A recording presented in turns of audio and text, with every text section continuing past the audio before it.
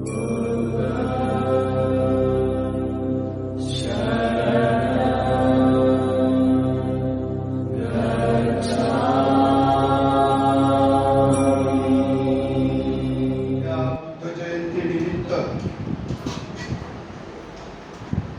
केल्या गेलेल्या कार्यक्रमाचे अध्यक्ष आमचे स्नेही डॉक्टर हर्षवर्धनजी, सूत्रसंचालक सन्माननीय अशोक अंकुशजी साहेब, समोर बसलेले बुद्ध प्रतिष्ठानचे सर्व कार्यकर्ते, मोराज रेसिडेन्सी मधून या कार्यक्रमासाठी जाणीवपूर्वक उपस्थित राहिलेले माझे सर्व स्नेही मित्र, उपस्थित बंधूंनो आणि भगिनींनो, सर्वप्रथम ज्या वास्तूमध्ये कार्यक्रम हा होतोय त्या बुद्ध प्रतिष्ठानच्या निर्मितीमध्ये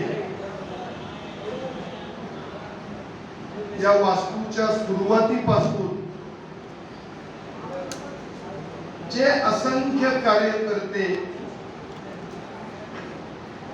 ज्यांनी योगदान दिलेलं आहे ही वास्तू उभी करण्यासाठी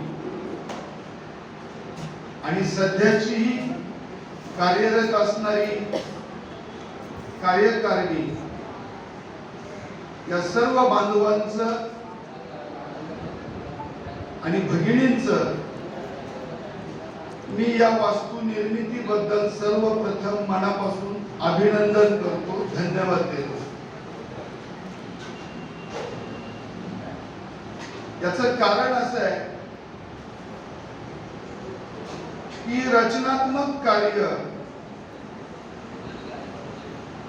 ही अभावाने आढळून येणारी गोष्ट इथे प्रत्यक्ष बुद्ध प्रतिष्ठानच्या निमित्ताने पाहायला मिळते,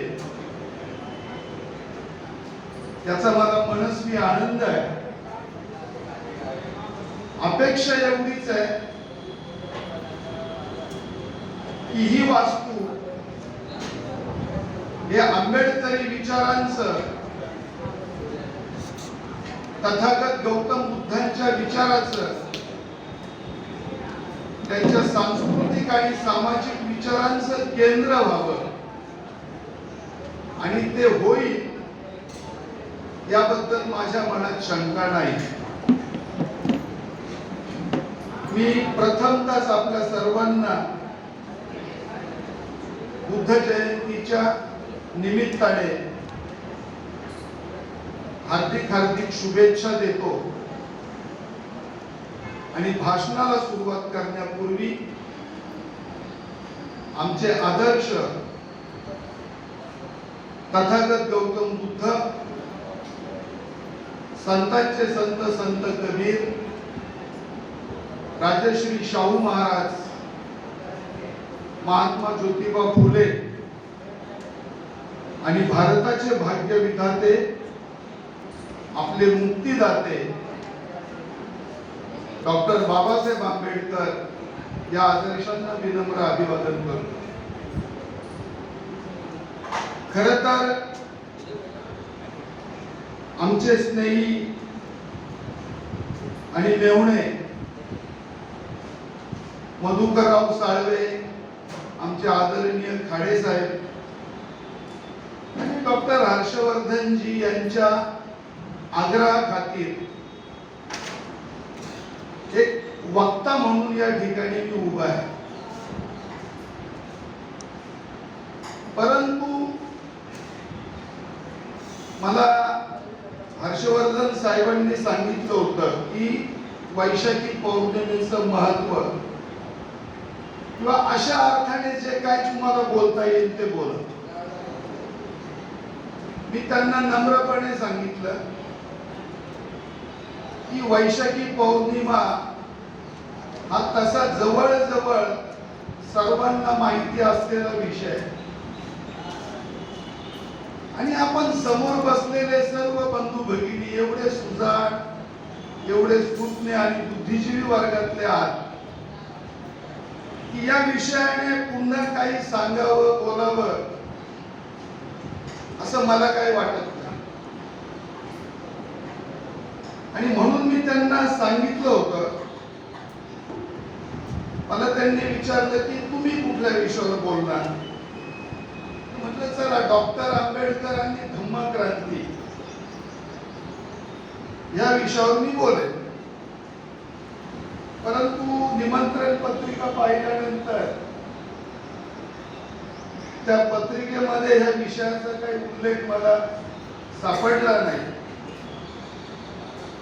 म्हणून मी या ठिकाणी थोडस बुद्ध दर्शन म्हणजे नेमकं काय आहे, भारतीय तत्वज्ञान काय आहे, भारतीय तत्वज्ञानातला दार्शनिक प्रवास काय आहे आणि या सर्व तत्वज्ञानाच्या संस्कृती संघर्षामध्ये बुद्धाचं वेगळेपण काय आहे, अशा अर्थाने थोडासा विषय मांडण्याचा मी प्रयत्न करेन. खरं तर अगदी लहानपणी मला वाटतं मी कदाचित 5वी-7वीला असेल आणि माफक गांजरे यांनी डॉक्टर बाबासाहेब आंबेडकरांची जी भाषण खंड प्रकाशित केलेले आहेत त्या भाषण खंडात डॉक्टर बाबासाहेब आंबेडकरांचं एक भाषण आहे आणि त्या भाषणाचं शीर्षक असं आहे की बुद्ध जयंतीचं राजकीय महत्व. खरं तर त्याही वेळेला माझं जे कुतूहल होतं ते आजही कायम आहे आणि ते असण्याचं कारण असं आहे की बुद्ध दर्शन काय आहे नेमकं, बुद्धाचा धम्म काय आहे नेमका आणि या सर्व धम्म विचारांचा दर्शनाचा हा 2500 वर्षापूर्वी तथागताने सांगितलेला विचार हा 2500 वर्षानंतर आजही कसा काळाच्या कसोटीवर टिकतो. मानव जातीला आजही त्या विचारांची किती नितांत गरज आहे आणि तो निव्वळ तात्विक नाही तर तो विज्ञाननिष्ठ सुद्धा आहे. म्हणजे अल्बर्ट आइन्स्टाईन सारखा प्रसिद्ध वैज्ञानिक किंवा विवेकानंद सारखा मोठा तत्ववेत्ता आणि पाश्चात्य कितीतरी विद्वान हे ज्यांच्या विचाराने भारावले असा भारतीय तत्वज्ञानातला, भारतीय संस्कृती संघर्षातला एकमेव विचारवंत जर कुणी असेल तर तो फक्त आणि फक्त तथागत गौतम बुद्ध. हे का सांगावं लागतंय आजही? खरं तर डॉक्टर बाबासाहेब आंबेडकरांना बुद्ध विचाराची जी प्रथम ओळख झाली ती गुरुवर्य केळुसकरांनी त्यांच्या परीक्षेच्या वेळेला विद्यार्थी तसेच त्यांना बुद्ध चरित्राची एक कॉपी भेट दिली होती आणि ती वाचल्यानंतर विद्यार्थी बाबासाहेबांवर त्या शाळकरी वयात त्या विचारांचा एक प्रभाव पडला. नंतरच्या काळामध्ये जवळजवळ 1919 पासून डॉक्टर बाबासाहेब आंबेडकरांच्या लढ्याची जी सुरुवात आहे, अस्पृश्यांच्या मुक्तीचा लढा डॉक्टर बाबासाहेब आंबेडकरांनी ज्या पद्धतीने लढवला, तो लढा लढवत असताना एकूणच भारतीय तत्वज्ञान, भारतीय इतिहास,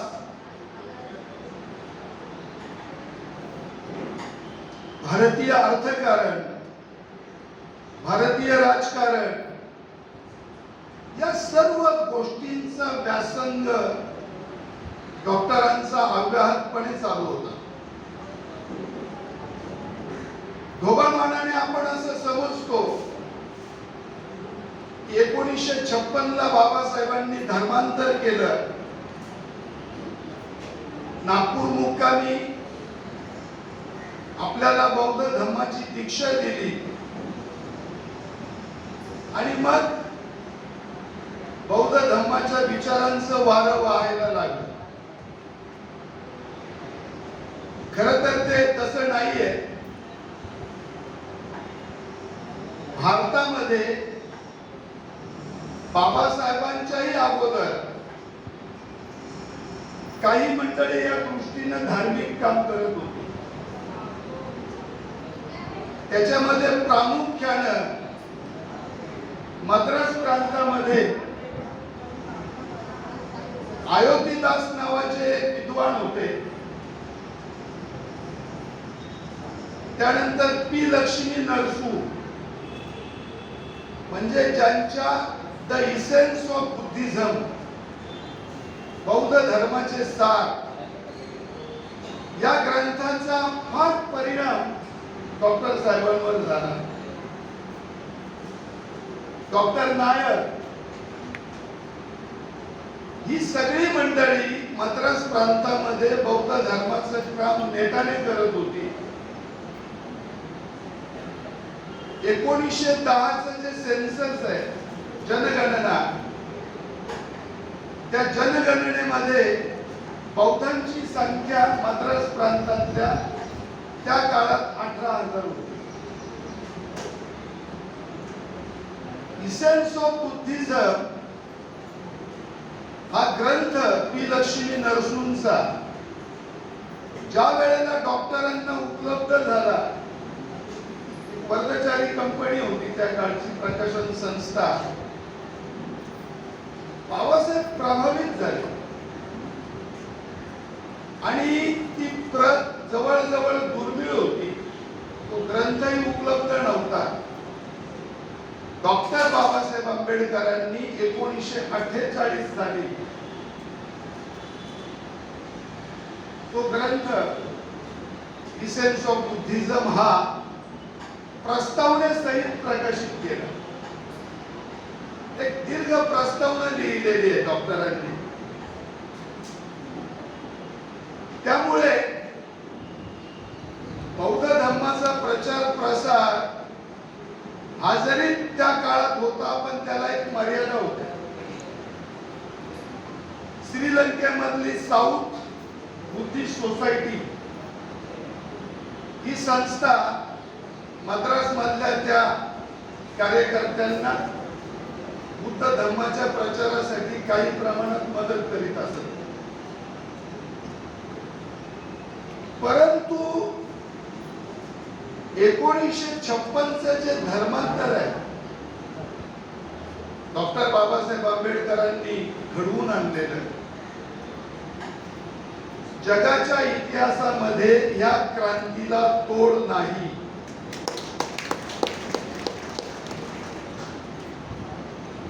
पाश्चात्य जगामध्ये, युरोपामध्ये वैज्ञानिक क्रांती झाल्यानंतर अनेक क्रांत्या झाल्या. फ्रेंच राज्य क्रांती असेल, रशियन राज्य क्रांती असेल, अनेक क्रांत्या झाल्या. परंतु रक्ताचा एकही थेंब न सांडता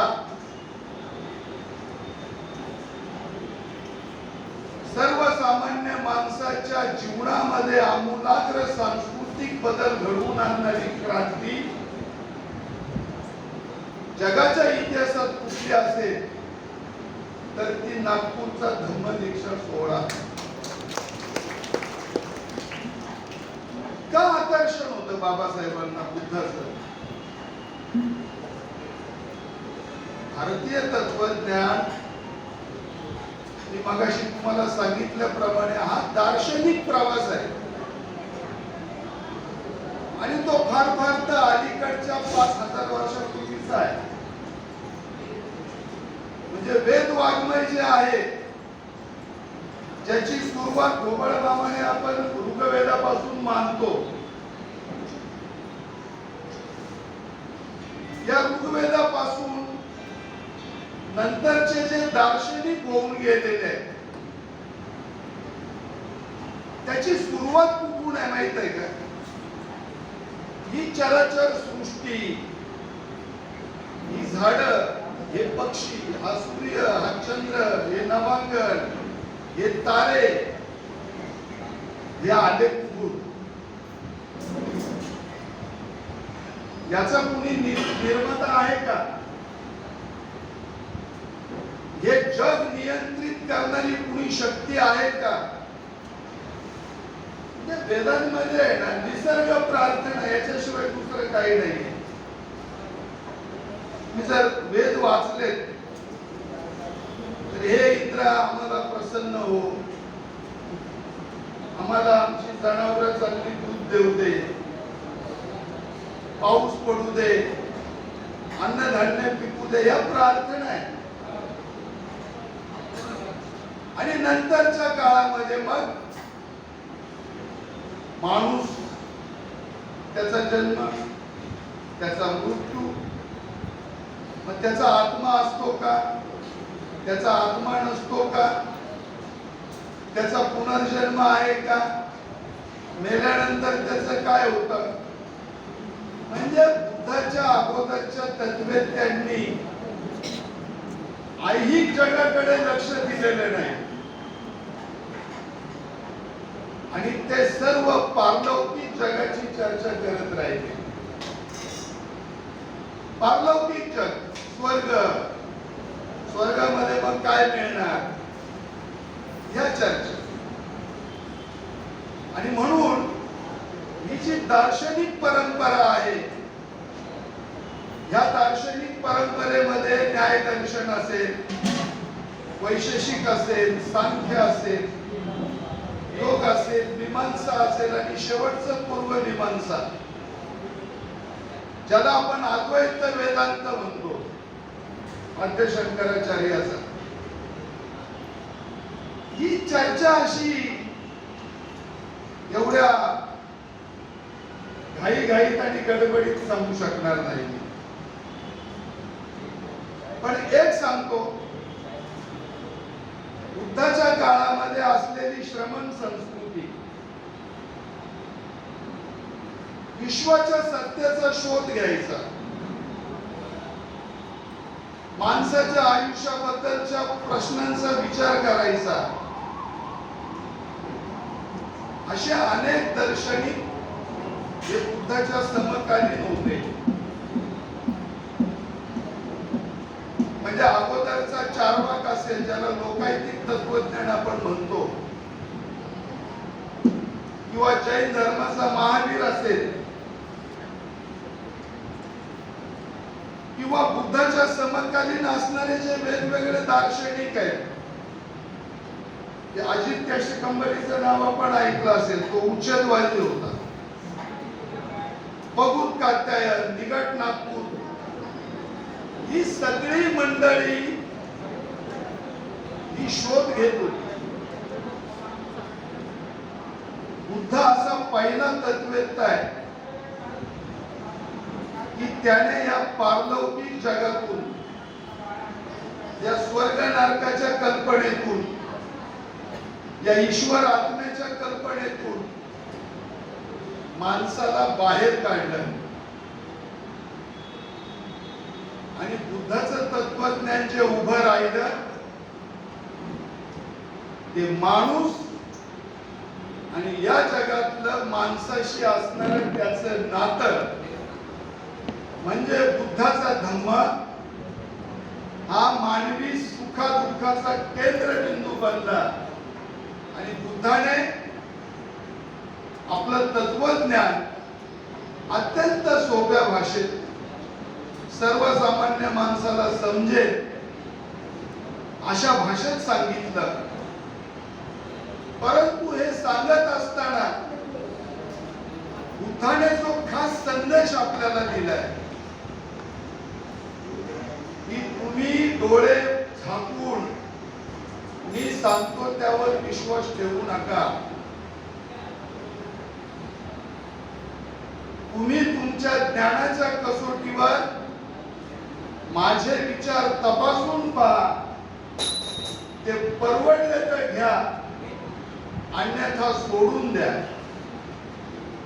मी कुणी ईश्वर नाही, मी कुणी मोक्षदाता नाही,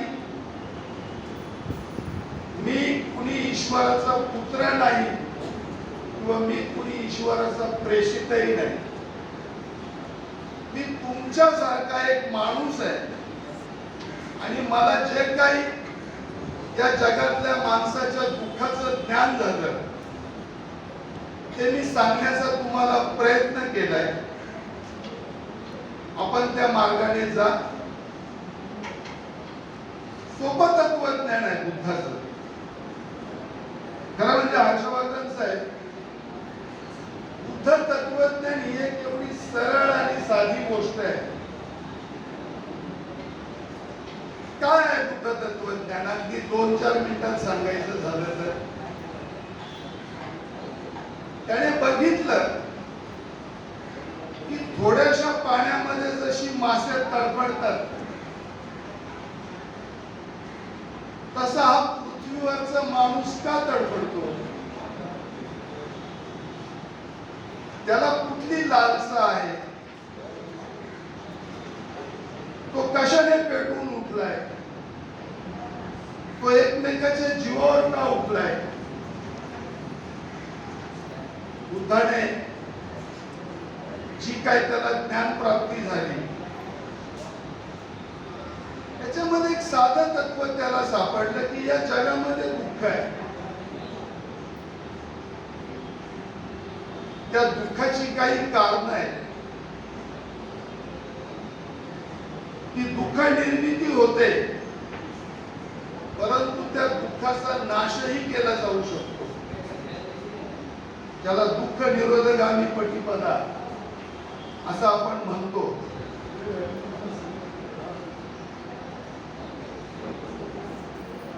हे 4 आर्य सत्य, त्याच्यावरचा मार्ग आर्य अष्टांगिक मार्ग. मगाशी बंदेजींनी ज्याचा उल्लेख केला तो पंचस्कंद, जे रूप, वेदना, संज्ञा, संस्कार आणि विज्ञान, आणि त्यानंतर द्वादशांग ज्याला 12 आयतन म्हणतात. म्हणजे हे जे दुःख माणसाला होताना माणूस जो व्यथित होतो ही अचानक घडणारी क्रिया नाही, ही जादूही नाहीये. त्याला एक शास्त्रीय आधार आहे आणि तो त्याने त्याच्या तत्वज्ञानामध्ये मांडला. आणि ती जी 12 आयतनांची जी कडी आहे, अविद्येतून वेदना, वेदनेतून तृष्णा, तृष्णेतून नामरूप, नामरूपातून षडायतन, षडायतातून स्पर्श, स्पर्शातून जरा मरण वगैरे असं ते 12 आयतनांची कडी आहे. काल वामन कर्णकांची स्मृती होती, स्मृती दिन होता. 4थी शिकलेल्या माणसाने गौतम बुद्धाची जी गाणी लिहिलीत ना, श्रावणेश्वरतेच्या आवाजात आपण ते ऐकतो. एका काव्यातल्या ओळी, ना शोध कुणाचा उसना, दुःखाचे कारण तृष्णा, तोड तयावर सांगून गेला महान अंतर्यामी, बुद्धम शरणम गच्छामि. ते साध्या ओळी आहेत की माणसाच्या दुःखाचं कारण आहे तृष्णा, त्याची लालसा, त्याची हाव. आणि ती हाव आणि ती लालसा कुठून येते? ती याच्या षडविकारातून येते. काम, क्रोध, मद, मोह, लोभ आणि मत्सर हे जे षडविकार जे आहेत ते सतत माणसामध्ये कार्यरत आहेत. ते षडविकार तुम्ही एकदा विझवले, त्रिसरण, पंचशिलारी, अष्टगीत मार्ग, पंचस्कंद आणि ह्या तुम्हाला निर्वाण प्राप्त होतं. पाली भाषेमध्ये त्यालाच निब्बाण म्हणतात. निर्वाण हे काय? मेल्यानंतर तो गेला मोक्ष आणि स्वर्गात गेला की नरकात गेला ह्या कल्पना नाही, होता नाही. हा जन्म एकदा, मृत्यू एकदा. जन्म आणि मृत्यू मधलं जे वास्तव आहे ते तुमचं जीवन. इथपर्यंत बुद्ध आहे. म्हणजे बुद्धाचं तत्वज्ञान आहे ना, बुद्ध हा अनात्मवादी होता. अनात्मवादी म्हणजे या जगात आत्मा नावाची कुठलीही वस्तू नाही. बुद्ध निरीश्वरवादी होता. ईश्वर नावाची कुठलीही गोष्ट या जगामध्ये नाही. हे जग ना कुठल्या निर्मात्याने निर्माण केलं, ना कुठला नियता त्याला नियंत्रित करतो. हे जग एक रासायनिक क्रिया होऊन ते विकास पावलेलं आहे. आणि त्यातली जी तत्व आहेत त्यांनी एकमेकाला असं धरून ठेवलेलं आहे. असं त्याला एक शास्त्रीय त्यांनी ते एक विश्लेषण केलेलं आहे तथागताने, ज्याला आपण प्रत्यक्ष समुत्पाद म्हणतो. एवढा मोठा शोध 2500 वर्षापूर्वी हे अचंबित करणारच आहे तुम्हाला सांगतो. आणि म्हणून गौतम बुद्ध जर समजून घ्यायचे असतील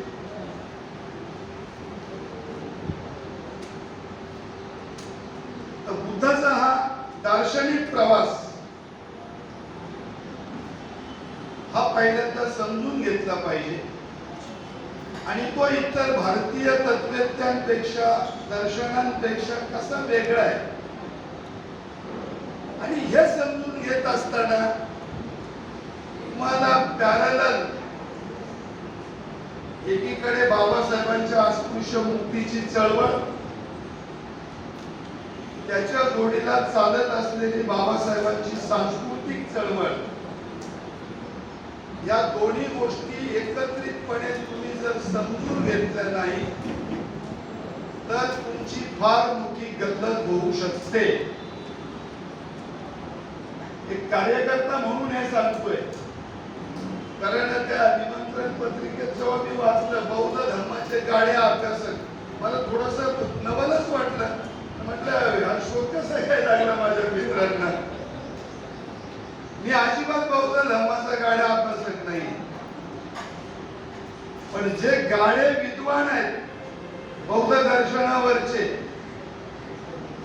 त्यांचं वाङ्मय आणि त्यांचं साहित्य मी सतत वेड्यासारखा वाचत असतो.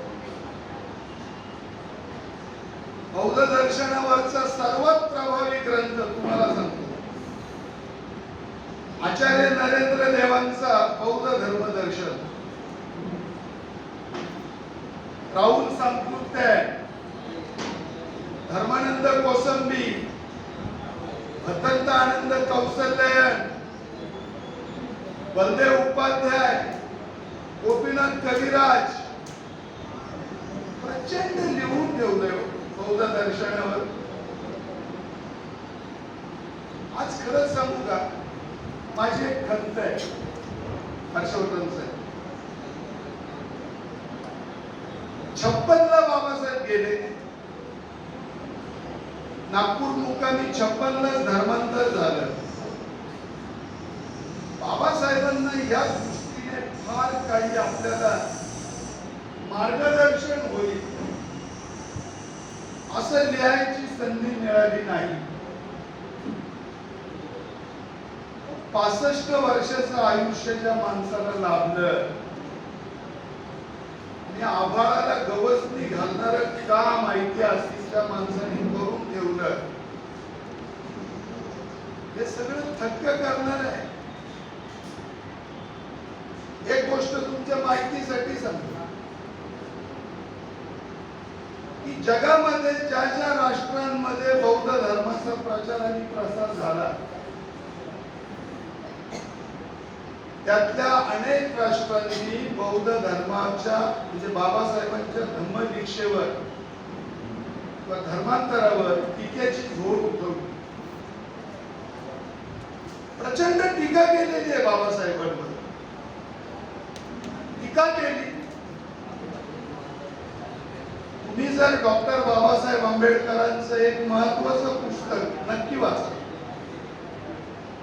Revolution and counter revolution in India, भारतातील क्रांती आणि प्रतिक्रांती. म्हणजे जेव्हा जेव्हा एखादा विचार हा उभा राहतो, त्याला डॉमिनेट करण्यासाठी, त्याच्यामध्ये वेगवेगळे मतभेद निर्माण करण्यासाठी त्याला शह देणारी दुसरी प्रतिक्रांती ही निर्माण होते. आणि भारतीय इतिहासाचंच नव्हे तर तुम्ही जगभरच्या इतिहासाचं जर अध्ययन केलं तर तुम्हाला ही गोष्ट लक्षात येईल. आणि म्हणून हे जेवढे तुम्ही कुठलाही धर्म घ्या, कोणताही घ्या, ख्रिश्चन धर्म घ्या, प्रोटेस्टंट विरुद्ध कॅथोलिक एक संघर्ष दिसतो. तुम्ही इस्लाम घ्या, तिथे शिया आणि सुन्नी. तुम्ही इराक मध्ये आणि त्याच्यात बघा, कापतात एकमेकांना. फक्त हे विचारांचे मतभेद आहे. जैनांमधलं श्वेतांबर आणि दिगंबर घ्या, आणि तोच प्रकार आमच्या बौद्ध दर्शनात पण घडला. आणि म्हणून बुद्धाचा जो मूळ विचार होता, बुद्धाचा धम्मपुत्र तिसरा काही नाहीच आहे, लाईफ ऑफ वे, जीवन मार्ग आहे, वे ऑफ लाईफ. एक साधा सरळ जीवन मार्ग आहे. तुम्ही त्या मार्गाने जर जाल तर तुम्ही आनंदाचं, विना तणावाचं, सुखाचं, समृद्धीचं आयुष्य तुम्ही जगाल. बुद्ध विचारांकडे दुर्लक्ष जर झालं तर आज जगामध्ये जी काही अशांतता आहे, आज जगामध्ये ज्या काही आतंकवादी कारवाया चालू आहेत, आणि अरब कंट्री मध्ये तिथे इराक, इराण आणि सगळीकडे तुम्ही बघा, ही फक्त एक सत्ता स्पर्धा आहे. ती तेलाची स्पर्धा आहे. तेलाच्या विहिरीचे साठे कुणाच्या मालकीचे असतील, अमेरिकेच्या की रशियाच्या, याची ती स्पर्धा आहे. त्या स्पर्धेमधून अमेरिकेने आतंकवादी आणि हे सगळे घडवले. ओसामा बिन लादेन आणि हे सर्व त्यांनी तयार केले. बघा, बुद्धाने त्या काळात सांगितलं ना, तृष्णा हे माणसाच्या दुःखाचं मूळ आहे. म्हणजे सत्ता स्पर्धेची पण एक तृष्णाच आहे नाही. आणि म्हणून बाबासाहेब आंबेडकरांनी पहिल्या प्रथम बौद्ध दर्शनामध्ये कशाला जर प्राधान्य दिलं तर ते प्राधान्य दिलं थेरवादी बौद्ध धर्माला. आता हा स्थविरवाद काय आहे, थेरवाद काय आहे? तर थेरवाद जो आहे तो बुद्धाची मूळ शिकवण, परंतु नंतरच्या काळात या देशामध्ये बौद्ध धर्माला उखडून टाकण्याचे जे प्रयत्न झाले ज्या पद्धतीने त्यावर आक्रमण केली आणि नंतरच्या मूर्तिभंजक मुसलमानांनी सुद्धा ज्या पद्धतीने आक्रमण केली, त्यामुळे बौद्ध धर्म हा सैरावैरा झाला आणि ज्या ज्या प्रदेशांमध्ये तो पोहोचला तिथल्या स्थानिक ज्या रूढी आहेत, स्थानिक ज्या समजुती आहेत, स्थानिक ज्या श्रद्धा आहेत, त्या श्रद्धांशी त्याने कॉम्प्रोमाइज केलं आणि त्यातून निर्माण झाला आमचा महायानी संप्रदाय. म्हणजे तुम्हाला हे जे द्वंद्व आहे हिनयान आणि महायान हे समजून घेतलं पाहिजे. आणि म्हणून तत्वज्ञानाची तात्विक चर्चा हा विद्वानांचा विषय आहे, तो अभ्यासकांचा विषय आहे आणि तो जितका जटिल आहे तितकाच तो किचकटही आहे आणि तितकाच तो प्रचंड डोकेदुखी करायला लावणार आहे. बुद्ध दर्शन आणि त्यातला दार्शनिक प्रवास हा भारतीय तत्वज्ञानामध्ये जो सुरू होतो तो नागार्जुनापासून आणि नंतरचे जे प्रमुख 5 बौद्ध दार्शनिक आहेत, तो नागार्जुन असेल, दिगनाग असेल, असंग असेल, वसुबंधू असेल, आर्यदेव असेल, शांतिदेव असेल, हे एकापेक्षा एक विद्वान भिक्खू त्या काळामध्ये होते. आणि म्हणून बुद्धाचं तत्वज्ञान आज हे संपूर्ण भारत नव्हे तर त्या तत्वज्ञानानं सगळं जग व्यापलं. सगळ्या जगाला भुरळ घातलेले बुद्ध तत्वज्ञानाने. आणि आज आपण तर अशा एका कडेलोटावर उभे आहोत, या देशाच्या अशा एका विध्वंस पाऊलवाटेवर उभे आहोत, कधी कडेलोट होईल सांगता येत नाही. आणि म्हणून बुद्ध तत्वज्ञान समजून घेत असताना हा दार्शनिक प्रवास आहे. त्यानंतरच्या काळामध्ये जसा कवालीच्या सामन्यांमध्ये मी नेहमी उदाहरण देतो, आमचे साळवेसाहेब बसले, जुन्या मंडळींनी कवाली ऐकले असतील. ते गोविंद म्हशीलकरचे 2 गाणे झाले, ते गाणं कापायचं, पण तिकडून श्रावण यशवंत 2 गाणे म्हणणार किंवा प्रल्हाद शिंदे 2 गाणे म्हणणार, असा तो जुगलबंदी असायची, सामना असायचा. भारतीय संस्कृती संघर्ष, भारतीय तत्वज्ञान हा तत्वज्ञानाचा आणि विचारांचा सामना आहे. आणि तो सामना या 2 गोष्टींमुळे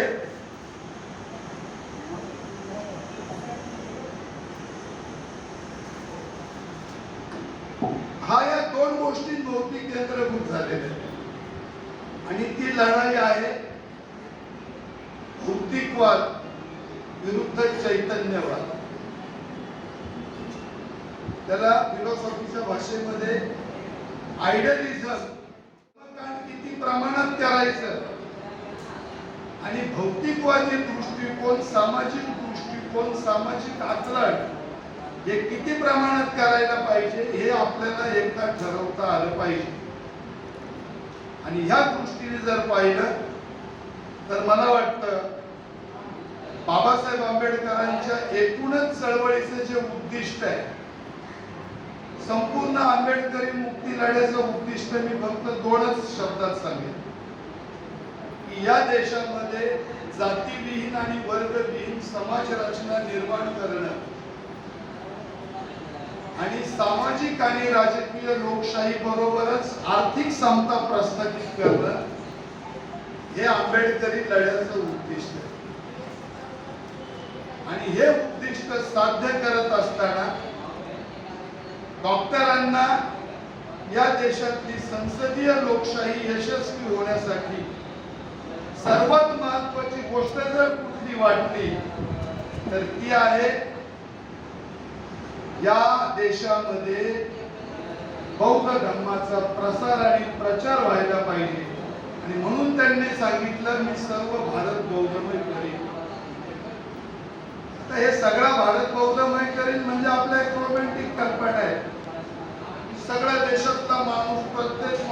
बौद्ध होईल असं नाही.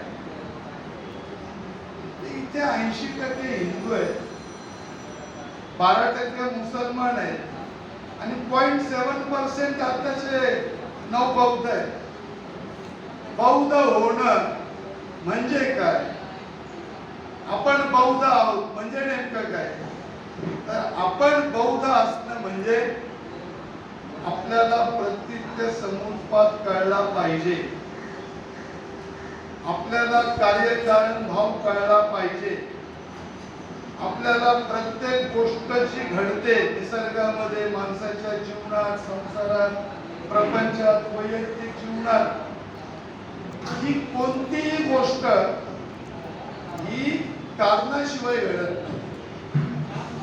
जिथे कारण आहे तिथेच कार्य आहे. आणि हा प्रतीत्य समुत्पाद एकदा तुम्हाला कळला त्यावेळेला तुमच्यामध्ये कार्यकारण भाव जाणणारी स्थिर बुद्धी ही काम करते. आणि ती स्थिर बुद्धी ज्याच्यामध्ये काम करते तो बौद्ध. साधी सरळ व्याख्या. नाहीतर नुसतं सर्टिफिकेटवर बौद्ध असून उपयोग काय? आमचं जागरण, गोंधळ, मर्याई, येसवाई, नेसवाई, काळवाई सगळं चालू असतं आणि तरी आम्ही बौद्ध असतो. हा विरोधाभास. आणि म्हणून आपण सर्व बौद्धांनी एक तत्व पाळलं पाहिजे. आम्ही ईश्वर मानणार नाही, आम्ही आत्मा मानणार नाही, आम्ही पुनर्जन्म मानणार नाही. माणसाने माणसाशी निर्माण केलेलं प्रेमाचं नातं हा बुद्धाच्या धम्माचा केंद्रबिंदू आहे.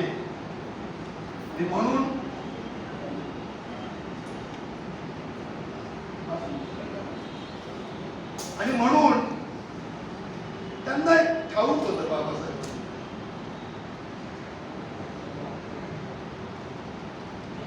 एकोणीसशे 19ला चळवळ सुरू केल्यानंतर आपण पहा, बाबासाहेब हे फार धार्मिक वृत्तीचे होते. त्यांचं बालपणच ते कबीरपंथी असल्यामुळे त्या सगळ्या वातावरणात घडलेलं होतं. शेवटच्या क्षणापर्यंत हिंदू धर्मामध्ये सुधारणा घडवून आणण्याचा आटोकाट प्रयत्न बाबासाहेबांनी केला. कितीतरी प्रयत्न केला. कारण जात, कास्ट हे हिंदू धर्माचं व्यवच्छेदक लक्षण. जातीशिवाय हिंदू धर्म पूर्ण होऊ शकत नाही. त्यातल्या जे प्रमुख 3 शाखा आहेत, शैव, वैष्णव आणि शाक्त, पण जातीला हात लावायला तयार नाही. प्रचंड प्रयत्न केले बाबासाहेबांनी आणि 35 साली बॉम्ब फोडला येवल्याला. हिंदू म्हणून जन्माला आलो, हिंदू म्हणून मारणार नाही. बेचैन झाले गांधीजी. हा थोडा स्ट्रॅटेजीचा पण भाग होता बाबासाहेबांचा. कारण सायमन कमिशन किंवा क्रिप्स किंवा नंतरची गोलमेज परिषदेमध्ये बाबासाहेबांच्या प्रतिनिधित्वाला मान्यता द्यायला गांधीजी तयार नव्हते.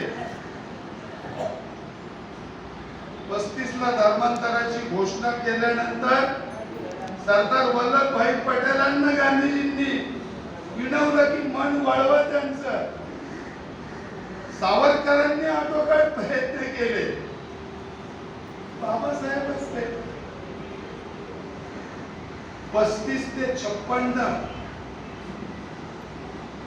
शीख धर्म असेल, यहुदी धर्म असेल, इस्लाम असेल, प्रचंड अभ्यास केलाय बाबासाहेबांनी. प्रचंड.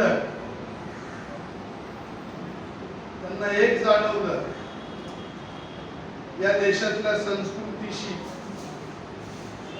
या देशातल्या मातीशी इमान राखणारा ह्याच मातीतला धर्म बौद्ध धर्म आहे. म्हणून त्यांनी जिनांसारखं वेगळं पाकिस्तान मागितलं नाही. बाबासाहेब आंबेडकर कळणं तुम्हाला सांगतो ना, ही एवढी जिकरीची गोष्ट आहे. काय म्हणजे मॅजिक आहे, मॅजिक. आपण मॅजिक मानत नाही, पण बाबासाहेबांचं अख्खं आयुष्य आहे ना, हे फार म्हणजे शब्दात ते व्यक्त होण्यासारखं आहे. म्हणून आपल्या बौद्ध धर्मियांची फार महत्वाची जबाबदारी. आपण बौद्ध आहोत, आपल्या बौद्ध धर्माचा आपल्याला अभिमान आहे, पण इतर धर्मांचा द्वेषही आपण अजिबात करता कामा नये, हे सूत्र पहिल्यांदा लक्षात ठेवा. 22 प्रतिज्ञांचाही तुम्ही कसा अर्थ लावणार आहात. आणि म्हणूनच मागाशी म्हटलं, हे बुद्ध प्रतिष्ठान हे सांस्कृतिक चळवळीचं केंद्र व्हायला पाहिजे. नाही तर सत्यनारायणाची महापूजा घातल्यावर एखादा बाबा आणतात आणि मग तो काहीतरी आपल्या गोळा सांगतो आणि तो 16 आटपला, तो घरी निघून जातो, कार्यक्रम संपतो, आपण घरी निघून जातो. हे एवढं सोपं प्रकरण नाहीये. बौद्ध धर्म त्यातला मूळचा हिनयान, त्यातून फुटून निघालेला महायान, त्या महायानानेच बुद्धाला देवाचा अवतार करून टाकला. म्हणजे ज्या तथागताने मूर्तीपूजा नाकारली, ज्या तथागताने अंधश्रद्धा नाकारली, ज्या गौतम बुद्धाने व्यक्तिपूजा नाकारली, महायानी संप्रदायामध्ये तो बुद्ध अमिताभ झाला, तो मंजुश्री झाला, तो आणखी त्याची कितीतरी नाव आहेत, अनेक नाव आहेत. म्हणून बाबासाहेबांनी या महायानी संप्रदायाला तीव्र विरोध केला आणि तो भाग बाबासाहेबांनी गाळल्यामुळे या इतर बौद्ध राष्ट्रांवर त्यांनी त्यांच्यावर टीका केली. बाबासाहेबांनी सांगितलं, हा महायान पण नाही आणि हिनयान पण नाही, हा नवयान आहे. हे नवयान आहे. ते महायान तिथपर्यंत थांबलेलं नाही प्रकरण. नंतरच्या काळातलं वज्रयान, नंतरच्या काळातला सहजयान, ह्या जो पंढरीचा पांडुरंग आहे ना, विठ्ठल, हा गौतम बुद्ध आहे. आणि हे नाथपंथातले हे सगळे नाथ आहेत ना, हे वज्रयानातून फुटून निघालेले हे सगळे नाथपंथी आहेत ना. कानिफनाथ, मच्छिंद्रनाथ, हे सगळे नाथ हे वज्रयान शाखेतले बौद्ध आहेत.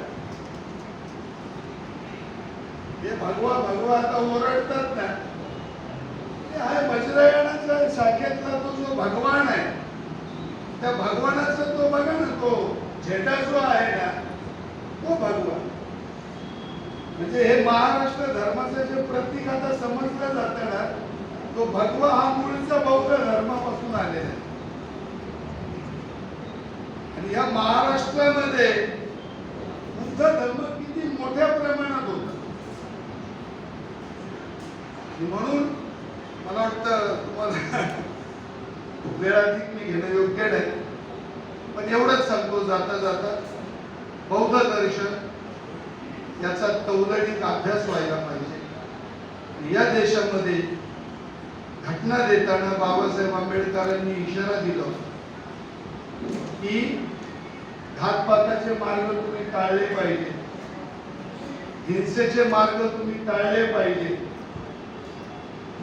तरच ही घटना ही यशस्वी ठरेल.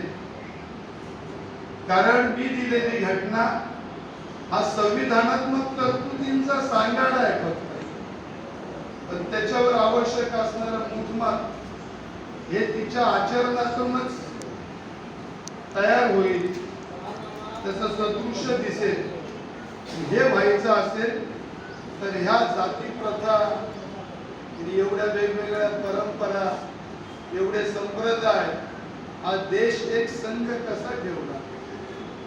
आणि म्हणून या देशात जर संसदीय लोकशाही यशस्वी व्हायची असेल तर तिला बुद्ध धर्माचं एक जोड दिली पाहिजे.